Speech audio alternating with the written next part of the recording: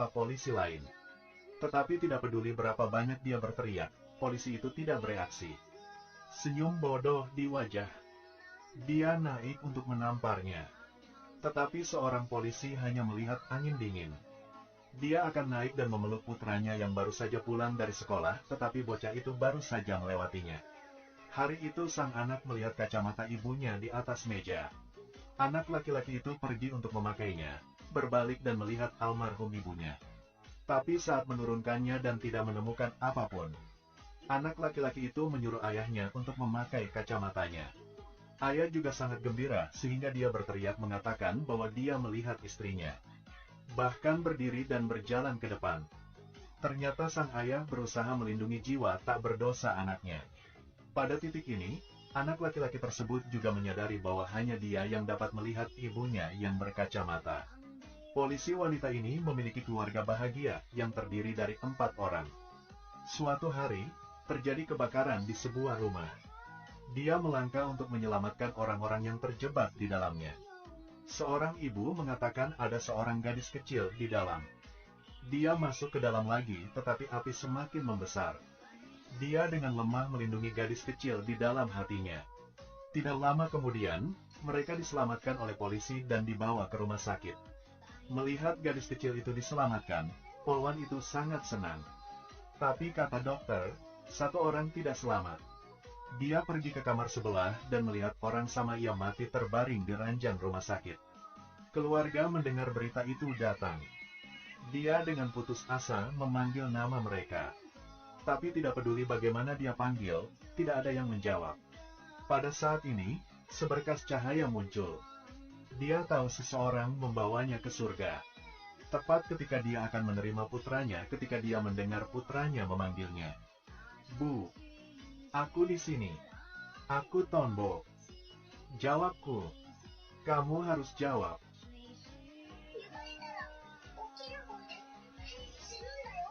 Sekarang cahaya itu juga perlahan menghilang. Berkat itu, dia juga bisa tinggal, berubah menjadi jiwa di samping keluarganya. Ayah memberitahu putranya bahwa ibunya hebat. Ibu membawa bayi perempuan itu ke surga. Tetapi dia akan selalu berada di sisi kita. Jadi dia dan keluarganya makan malam dan mengantar putranya ke sekolah. Pergi bekerja tepat waktu setiap hari. Hari itu anaknya tidak sengaja memakai kacamatanya. Dan melihat dia. Ini menjadi rahasia antara kalian berdua. Sejak melihat ibunya, bocah itu menjadi sangat aktif. Hari itu bel alarm di unit berbunyi lagi. Ada rumah terbakar. Di sana dia melihat seorang pria yang sangat mencurigakan. Dia mengikutinya pulang, langsung melalui pintu ke rumah. Seperti yang diharapkan, dia menemukan bahwa komputernya penuh dengan gambar api. Di dindingnya tertulis tanggal kebakaran. Coko marah banget. Karena pria inilah dia harus meninggalkan keluarganya.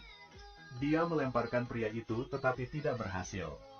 Namun keesokan harinya dia membawa putranya ke kantor polisi. Beritahu polisi nama dan alamat pelaku pembakaran dan minta Tonbo untuk berbicara atas namanya. Tapi Sheriff menolak untuk mempercayai seorang anak. Ini membuat Coko sangat pusing. Jika punya bukti, itu bagus. Tonbo melihat alamat di halaman itu dan mengikuti pria itu. Melihat dirinya hendak membakar lagi, Tonbo mengambil kamera dan memotretnya. Tetapi sekarang pria itu melihatnya lagi. Tonbo lari dengan putus asa. Berteriak minta tolong. Tepat saat pria yang menangkap Coko segera muncul.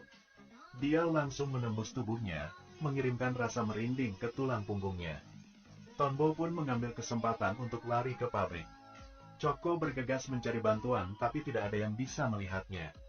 Saat ini, Sheriff datang dengan seekor anjing. Anjing itu menatap Coko sambil menggonggong dengan keras. Ternyata anjing bisa melihat roh. Coko memikirkan cara untuk memancing anjing itu ke pabrik.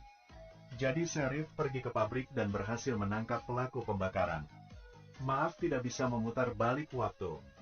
Meski berhasil menangkap pelaku pembakaran, Coko tidak bisa kembali ke keluarganya lagi. Ia tidak bisa membuatkanmu makanan enak atau memelukmu lagi. Tapi hanya bisa berada di sisimu seperti ini sudah lebih dari cukup. Tapi berapa lama lagi dia bisa tetap seperti ini? Coko tidak bisa mengambil sebatang rokok di jalan hari itu. Tiba-tiba seorang laki-laki yang berwujud roh mengambil sebatang rokok dan membuangnya ke tempat sampah. Dia sangat terkejut. Maka dia akan mendapatkan jawaban dari pria ini. Pulanglah orang itu berkata, "Jika Anda ingin mengambil sesuatu, Anda harus menggunakan semua kekuatan Anda." Saat berbicara, Coko tahu itu. Seorang pria selalu menyesal tidak bisa mengaku pada gadis yang disukainya. Jadi mereka meminta Tonbol untuk menemukan gadis itu. Membantu pria itu untuk mengaku. Pria itu tidak menyesal dan kemudian terbang ke surga. Coko paham.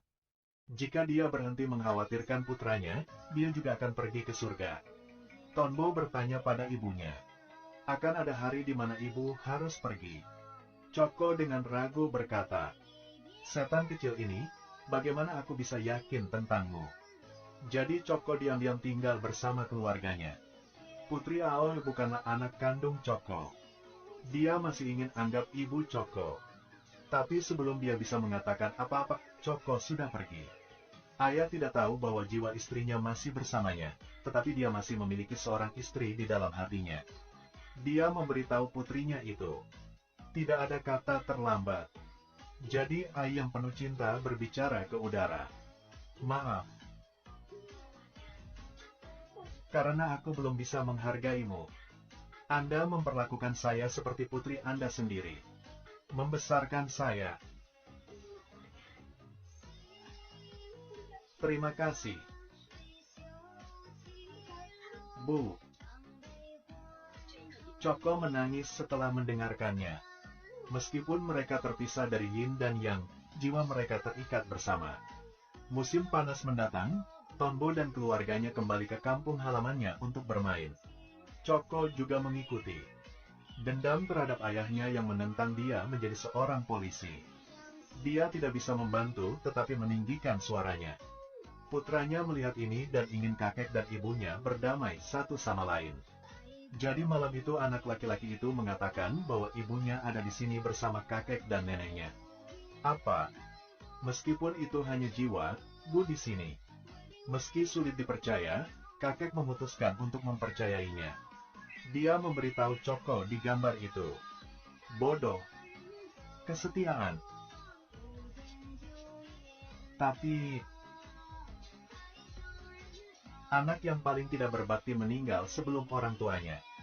Waktu itu ketika kamu ingin menjadi seorang polisi. Seharusnya aku menggunakan kekerasan untuk menghentikanmu. Kakek juga seorang polisi. Jadi dia mengerti bahwa profesi ini sangat berbahaya. Dia menentang putrinya karena dia mencintai putrinya dan ingin melindunginya. Coko di samping menangis dengan keras. Tonbo meriwayatkan kata-kata ibunya. Aku berdebat dengan Bu dan Pa sepanjang hari. Itu hanya wajah. Aku minta maaf karena meninggal sebelum orang tua. Aku minta maaf karena tidak tahu berterima kasih. Maka Coko memeluk kedua orang tuanya dengan erat. Penghalang di antara mereka telah dihilangkan. Hari-hari berikutnya, Coko dan Tonbo menyelamatkan seekor kucing liar. Bantu ayah mewujudkan impian masa kecilnya. Coko dan Tonbo pergi untuk memecahkan kasus ini bersama. Tetapi dia menemukan bahwa hari-harinya hampir habis. Namun hari itu Tonbo dan Aoi sedang dalam perjalanan pulang dari pasar. Lalu tiba-tiba sebuah papan reklame jatuh. Pada saat ribuan pound menggantung sehelai rambut, papan reklame digantung di udara. Anak laki-laki yang bahagia memanggil ibunya. Ternyata Coko mengambil billboard tersebut.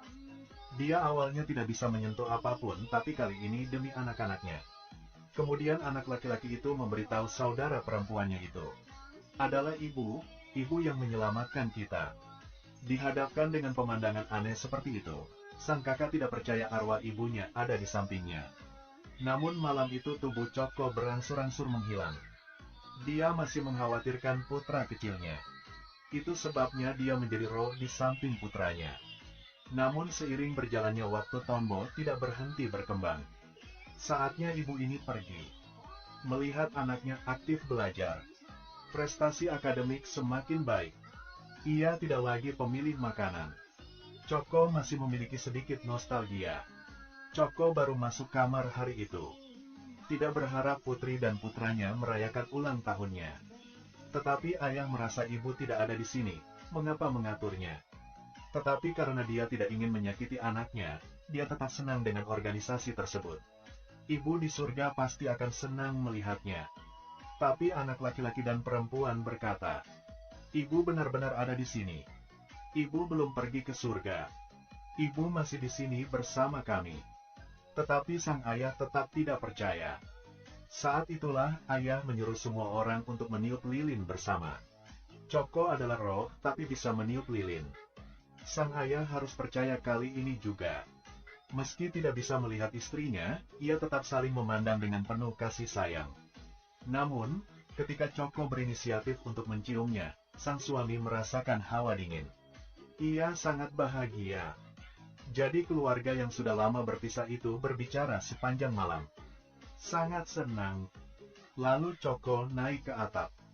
Dia tahu dia akan terbang ke surga. Namun, ia tidak tahu kapan hari itu akan datang.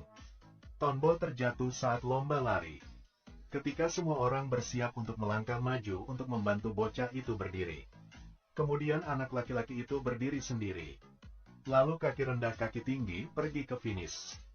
Coko memandang ke arah putranya. Dia tahu anaknya sudah dewasa. Semua orang senang ketika mereka pulang. Namun, Tombo mengetahui bahwa ibunya perlahan menghilang. Bocah itu memberitahu orang tuanya bahwa dia akan pergi. Waktu membeku. Lalu mereka pergi ke pantai. Ini adalah tempat di mana kalian berdua pertama kali bertemu. Inilah awal dari kebahagiaan. Jadi biarkan itu menjadi akhir. Coko memberkati putri dan suaminya. Lalu pergi ke anak laki-laki yang paling dia rindukan. Kamu tidak pengecut seperti saat kamu duduk di kelas 1 SD. Kamu telah tumbuh ke titik di mana Bung bahkan tidak mengenali. Adalah anak yang kuat. Itu sebabnya, Tonbo meski jiwaku masih bersamamu, maka aku tidak akan kesepian lagi. Kita akan tetap bersama. Tidak apa-apa,